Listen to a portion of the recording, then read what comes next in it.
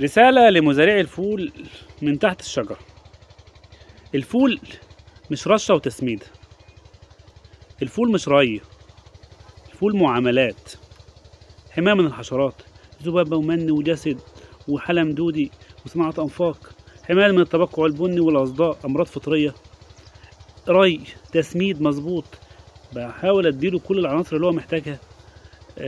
رش ورقي مغذيات يزود معانا تفريعات، يزود معانا نمو خضري، نشتغل على التزهير، نثبت زهر.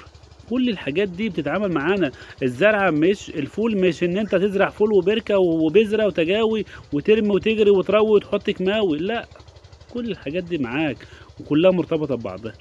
ونجاح فولك ونجاح محصولك ان انت تشتغل على كل الحاجات دي. انت شغال في دايره كده، كل شويه بتلاقي نقطه في الدايره دي ونقطه في الدايره دي ونقطه في الدايره دي، فانت لازم تشتغل على كل النقاط دي.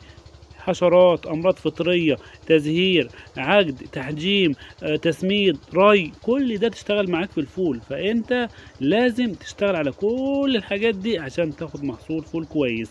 خلي بالك الزرعه عامله زي العيل الصغير، راعيتها خدت بالك منها هتلاقي الدنيا ظابطه عندك. ما راعيتش وهملت فيها هتلاقيه عيل صايع وفاشل وماهوش نافع. وهو نفس القصه كده، اهتميت بزياده وهملت والكلام ده كله وعطيته انت قول له خد اصرف واعمل وبتاع وبعينك مش على زرعك، برضه مش هتاخد اللي انت عايزه. سلام.